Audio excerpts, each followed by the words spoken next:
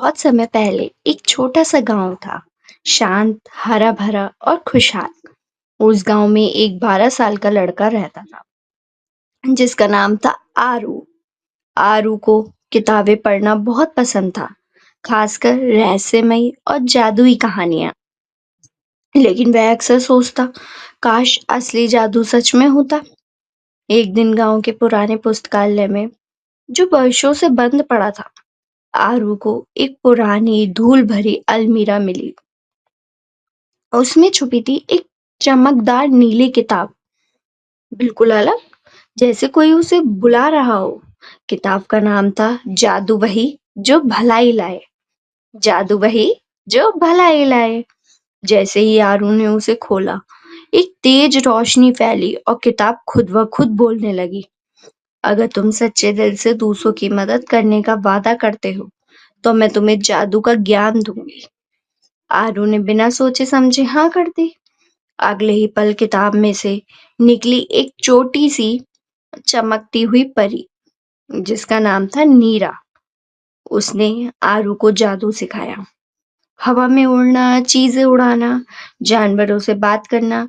लेकिन हर बार वह ये भी कहती, इस शक्ति का इस्तेमाल सिर्फ भलाई के लिए करना। क्या कहती थी? इस शक्ति का इस्तेमाल सिर्फ भलाई के लिए ही करना। शुरू में आरू बहुत खुश था। वह फूलों को खिला देता, बेजुबानों की मदद करता, बीमार पक्षियों को ठीक कर देता। गांव के लोग भी उसकी अच्छाई से बहुत खुश थे। लेकिन फिर एक दिन आरू के कुछ दोस्त उससे ईर्ष्या करने लगे। उन्होंने उसे उकसाया, अगर तुम्हारे पास जादू है तो हमें सोने क्यों नहीं कर देते। आरू थोड़ी देर के लिए बहक गया और जादू से सोने के सिक्के बना दिए। उसी पल परी नीरा सामने आई। उसका चेहरा उदास था। आरव, उसने कहा, तुमने पहली बार जादू का गलत इस्तेमाल किया। जादू कोई खेल नहीं, ये एक जिम्मेदारी है। और फिर वह किताब धीरे धीरे बंद होने लगी। आरू ने रोते हुए माफी मांगी, लेकिन नीरा ने कहा, तुम्हें अब फिर से सब कुछ बिना जादू के ठीक करना होगा। अगर तुम सच में बदल गए तो शायद एक दिन किताब फिर खुलेगी।